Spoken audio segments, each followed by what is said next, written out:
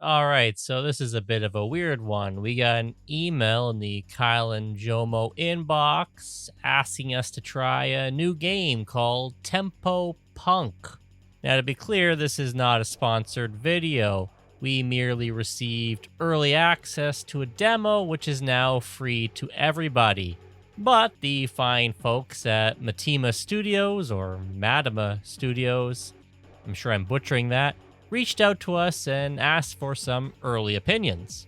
Now, what's interesting is this game was actually developed in Lithuania. That's a country somewhere. You don't hear of many games from Lithuania, so that alone made it kind of interesting. And then when I looked at the trailer, well, I was sold. Tempo Punk is both a first-person shooter, which I love, and a rhythm game, which I'm not such a fan of. So if the gameplay you're watching isn't very impressive, cut me some slack. I have zero rhythm and my appreciation for music is suspect at best. That said, I don't think this game is fully unplayable for people like me. If you're good at strafing and dodging, you can kind of get lucky with the timing.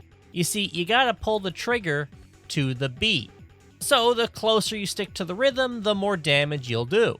I found that sometimes I got into the groove and it felt really satisfying to pull off consistent perfect shots.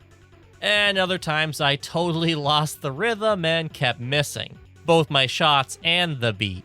There's some mental gymnastics involved in this, trying to aim and time your shots. I guess that's true of any first-person shooter, but more so here.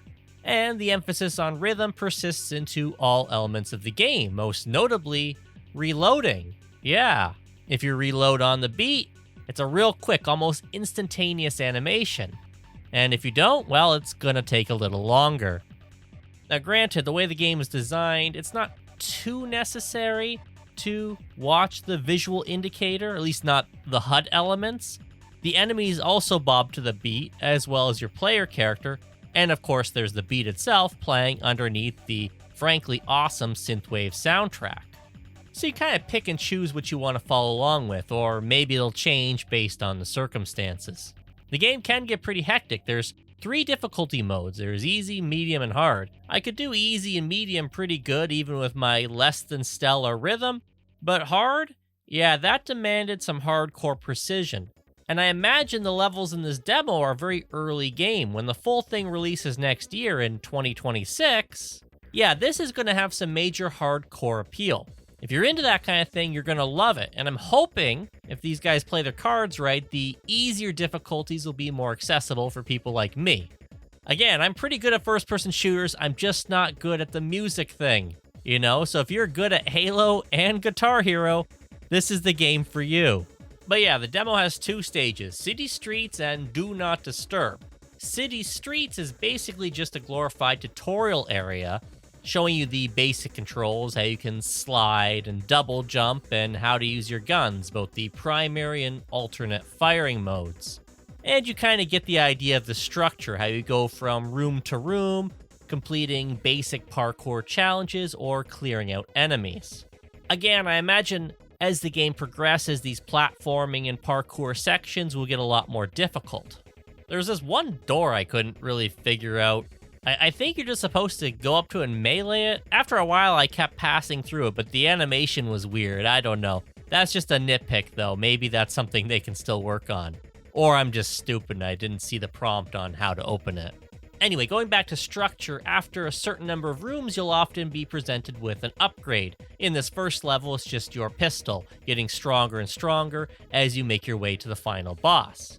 But in the second level, Do Not Disturb, you start getting options. You can upgrade the pistol or acquire the shotgun, and maybe later on you get the machine gun or whatever this rocket launcher thing is. This thing's crazy, man. It's kind of like the target designator in Halo Reach.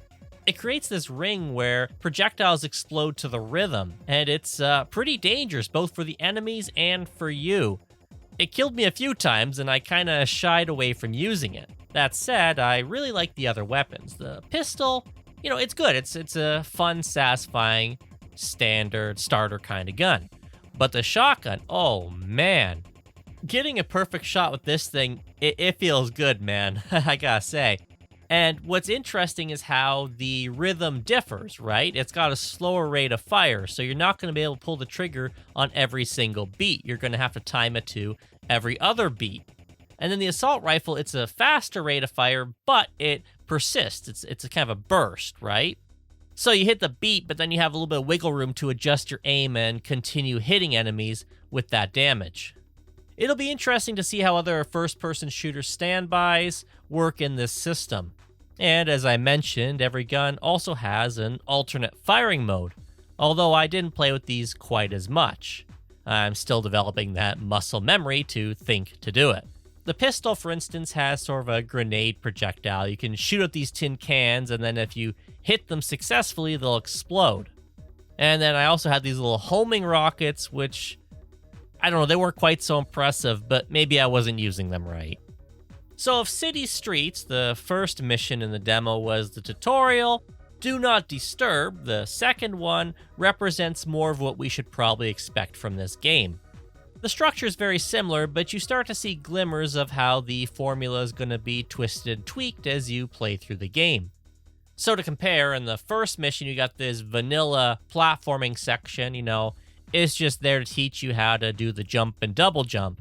But in the second mission, it's similar, but there's a giant laser coming down the hallway, and you have to kind of time your jumps between it. Still not very difficult, but you can see how the pieces are there to create interesting challenges as you progress. And I assume the same will apply for the enemies. All the ones we fight in the demo are pretty dumb. They can be challenging on the harder difficulties when they inflict more damage, but their basic patterns are easy to read and their attacks are generally easy to avoid as long as there's not too many of them coming at you at once. Now the first two bosses are kind of samey in terms of visuals, but that's fine, whatever. At least they have different attacks. The second one introduces this kind of beam thing, and he has a lot more enemies in his arena, so the stakes are significantly higher. Now I do think going forward they're going to need a lot more enemy variety. This is a nice start for 2 missions, sure, but I'm hoping as you go through there's going to be more enemies and maybe even more environments. Like, this game's got a pretty great aesthetic. You're this cleaning robot that's been corrupted by some dark beat.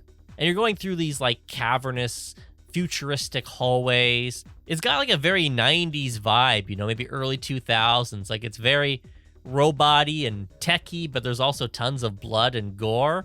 At least I think it's blood. It's coming out of robots, so maybe it's oil or fluids. Anyway, the point is, I like the visuals. They're great, but I can see it being a problem if every level looks the same. By the time this video goes live, the Tempo Punk demo should be available for free for everyone on Steam, and I really think you should give it a try.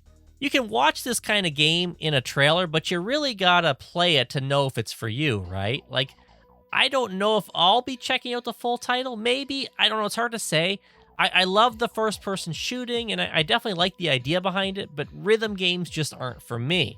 For the right kind of player, I think this is going to be a really interesting title. The skill ceiling looks like it's going to be quite high.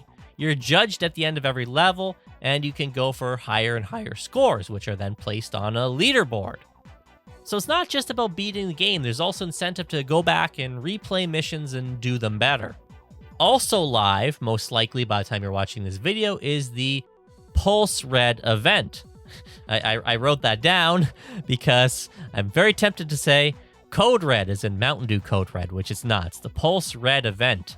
It's starting 20 hours from this recording. I am going to check that out, and I really wish I could have talked about it here, but I thought it might be smarter to get the video out as soon as possible.